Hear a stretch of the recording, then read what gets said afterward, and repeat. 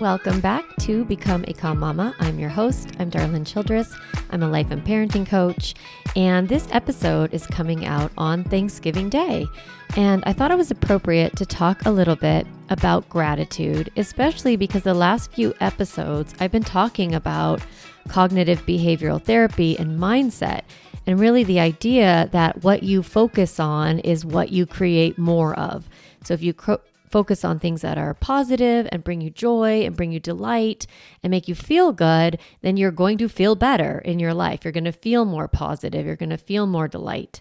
And if you focus on things that are negative, worst case scenarioing, catastrophizing, you're going to end up feeling sad and disappointed and negative.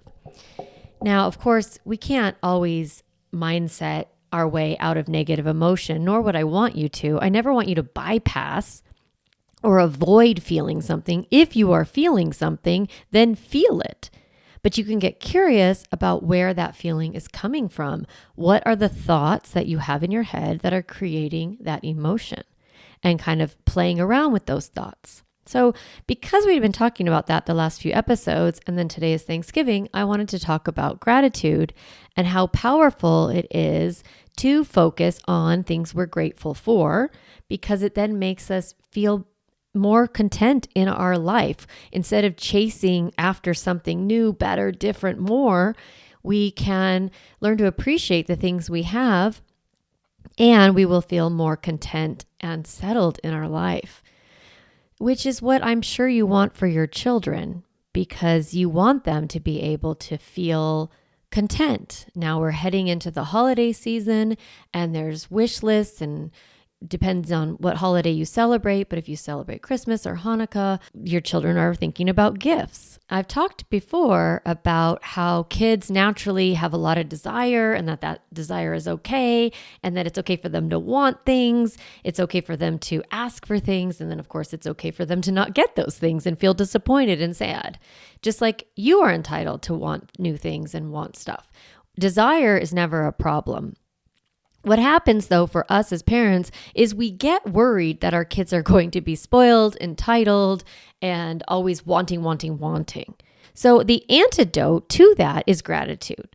That's why I wanted to give you a really simple exercise that you can do with your kids that makes gratitude interesting and fun for them. I don't know about fun, but it is fun, I think. Okay. So I'm going to give you the strategy that you can employ with your kids this weekend. You don't have to do it today. And then I'm also going to end this episode with a gratitude meditation that I'm inviting you to do on your own. So if this isn't a good time for you, you're not in a good place where you can sit, or you're out for a walk by yourself and you have me in your headphones, if that's where you're at right now, great. But if you're in the middle of like cooking dinner and and taking care of children, you might need to pause and come back to the back side of the episode. But the first part, I think you're going to love it. And then I'll do the meditation at the end. So that's sort of the layout of this episode. Okay, here is a very simple family gratitude practice that should be really kind of interesting for your family.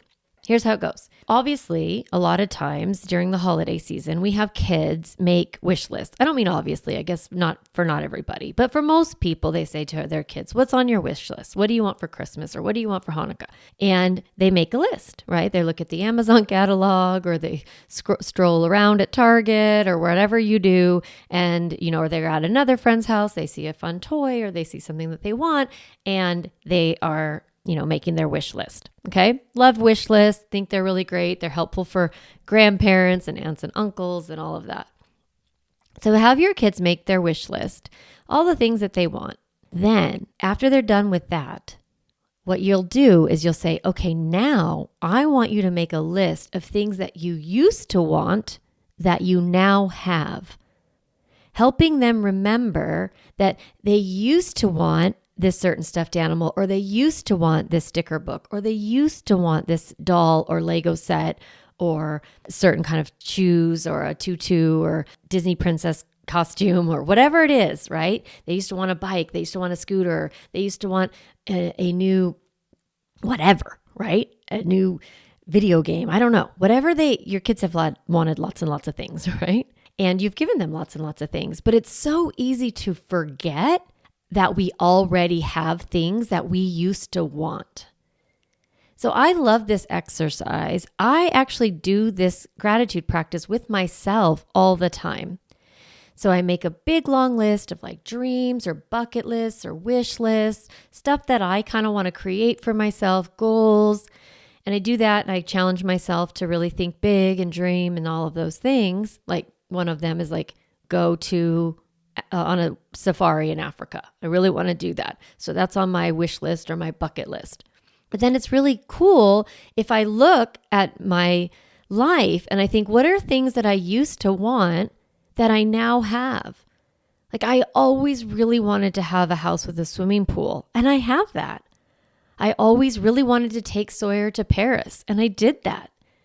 I really wanted to be able to pay for a car with my own money that I made from my business, and I did that. So I've had goals that I've wanted to achieve. I really wanted a podcast, and now I have one. It's so cool. And I feel really grateful for this podcast. I feel really grateful for that car that actually now my son drives. I feel really grateful for the swimming pool and all the memories that we've had. I live in Southern California. It's very hot where we live. It's been very, very good to have a swimming pool. I feel really grateful for all the things that I have now. And I'm actually even in gratitude for the things that are coming into my life. And this gratitude practice is being okay with desire, being okay with wish lists, being okay with wants, and then also looking at what you used to want and then being grateful for those things. So I would love for you to encourage your kids to do that this year. When they make their wish list, you don't have to like tell them like, oh, and after you do that, we're going to make you do this other list, right? Just have them make their wish list and then you can start talking about it. If they can't write things down, they're too little, that's okay. You just ask them, do you guys remember what you wanted for your birthday? Did you get it? Isn't that amazing that you used to want something and now you have it? Do you still love it? Are you glad you have it? Do you remember what you used to want during the winter holidays last year? Yeah, what was on your wish list? What's fascinating is a lot of times kids don't even remember that they used to want something and that they have it. So we want to cultivate that ability to reflect and be grateful. So this is a question you could ask if you're listening to this on Thanksgiving morning. You could ask that question of the table. What's something you used to want that you now have, that you're grateful you have now? It doesn't have to be a thing like a car. It can be an experience or a relationship or an opportunity. It kind of helps the brain think things slightly differently. So I love that. It's super simple. And it really does kind of bring in more gratitude in your life. So please, please, please try that out. Now, I wanted to do that gratitude meditation. And so, like I said, if you are in a place, you're out for a walk by yourself, or you can do this while you're like cooking dinner if your headphones are in, but there's no one around, like you can really kind of get into this sort of gratitude headspace. Awesome. If you can't, no problem. I will see you in the next episode, or you can come back to this and listen to this another time. All good. Okay, so those of us who are here, those of us are ready, I'm going to go ahead and read through this gratitude meditation. I'm not going to be super meditatey, but I just want to give you an ability to get yourself into this headspace of gratitude. Okay, so here we go. Let's begin this practice of gratitude by just noticing something simple that you're experiencing right now. If you're out for a walk, it could be the sight of a tree swaying gently in the wind, or feeling a warm cup of tea in your hands. If you are, in a place where it's cold, you could be looking out the window and noticing the ways that the trees or the leaves look. Feeling the warmth of sunlight on your skin if you're in a place that has a little bit of sun today. Maybe the experience of comfort from the chair that you're sitting on, or the simple wonder of just pausing right now in the middle of your busy life to engage with this practice right now.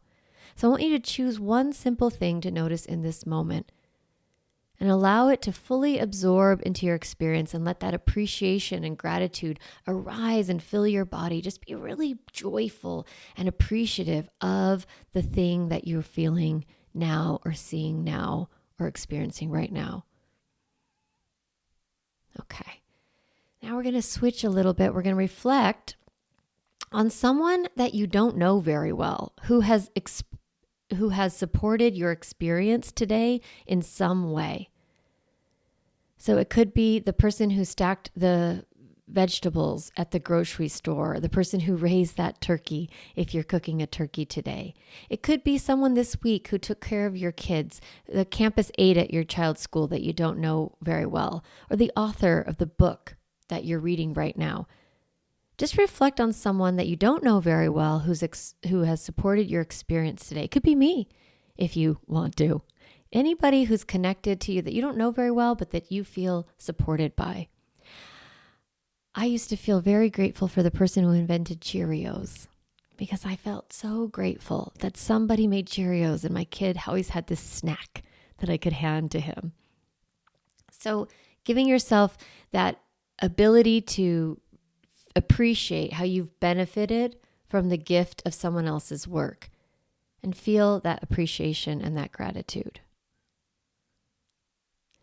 Now think about the tools that support your work in your life. Tools like the headphones you're listening to, the phone that was created that connects you with me, the books that you read, your air fryer that makes chicken nuggets really fast, the washer and dryer that you have in your house, or hot running water, or even just the building. Somebody built that building. Think about all the things that you have in your life right now that either somebody built or there's a tool that somebody invented. Consider all the things that was needed to create that thing, to have what you have, and think about how much you benefit from those tools in your work. Just feeling appreciation and gratitude that you have access to some of these things. Now, let's feel gratitude for the people who you work and you live with, particularly thinking of maybe someone whose work or effort directly supports your life, like your child's teacher, the after-school caregiver, the preschool aide, the housekeeper, the babysitter. Appreciating the contribution and their good intention, and just say right now in your mind, thank you. Thank you to your child's teacher. Thank you to the caregiver. Thank you to the people who support your life. Now, bring to mind someone who you really care about, someone who makes your heart sing in some way, and picture them in your mind. Think about what this person means to you, what you appreciate about them, who they are, all the things you've experienced together, and the impact that they've had on your life. Just as you're thinking of them, notice what feelings you're experiencing, what sensations you detect in your body, especially those in the area around your heart. And let yourself express gratitude towards that individual, the person who has really impacted your life in a positive way, and thank them for being who they are and for their presence in your life. Imagine them receiving your gratitude and feeling it. Now bring to mind something in particular that you're grateful for today, something that made a difference to you or that you especially noticed. Perhaps it was a smile of someone at the market this morning or out on your walk. Someone's kind words or a selfless action. Feel the appreciation and gratitude you have for the presence of that thing or that person or that experience in your day to day. Maybe it was your child who was warm and gave you a big morning hug and kiss and said, "I love you, Mama." Maybe it was a partner who said, "Do you need any help today?" Think about something particular that you're grateful for today and bring this to your mind and allow yourself to rest in this experience of gratitude. Expanding this feeling of gratitude for your body, for your mind, gratitude for the simple fact of being alive in this moment, and then appreciating the opportunity to pause and experience this very practice of gratitude, giving yourself some gratitude and appreciation for taking time to listen and connect with things in your life and people in your life and tools and experiences that make your life feel more and more beautiful and wonderful. Think of all the countless gifts in your life and say thank you. Thank you to all the people and all that is around you and all that is part of you. For all that you've experienced in your life, for all of it, say thank you. And allow the sense of gratitude fill you completely as you breathe in and then breathe out. Settling your mind on your breath, here and now, fully alive and present in this moment. Finish with a full deep breath in and a long, slow breath out. If you've had your eyes closed, go ahead and open them. If you have just been walking, go ahead and connect back to your surroundings and move your body a little bit and kind of connect back from where you have been in your heart and in your head and just back into this moment. I would like to just acknowledge and honor how grateful I am to you, to the person who's listening to this, the person who appreciates my work, and for the opportunity that your listening gives me to share the things that I've learned and the things that I've experienced and the areas that I've grown in, and giving me the opportunity, this platform to connect with you. I'm grateful. I'm grateful for podcasting. I'm grateful for having had a really difficult experience as a mom and being able to connect with other moms and help you make your life a little bit easier and a little bit more calm. So I'm grateful for you, and I hope this practice was really helpful for you, and I wish you just a wonderful day of gratitude. Hey mama, if you enjoyed this podcast episode, I want to encourage you to do two things. The first is go to my website, calmmamacoaching.com, and get a copy of the Stop Yelling cheat sheet. You'll get a step-by-step breakdown of the most important tool I teach, which is the pause break. And you'll also get 40 ideas to reset your body and balance your nervous system so you don't have to yell at your kids. You can get a copy of that, again, at my website, calmmamacoaching.com/stop yelling.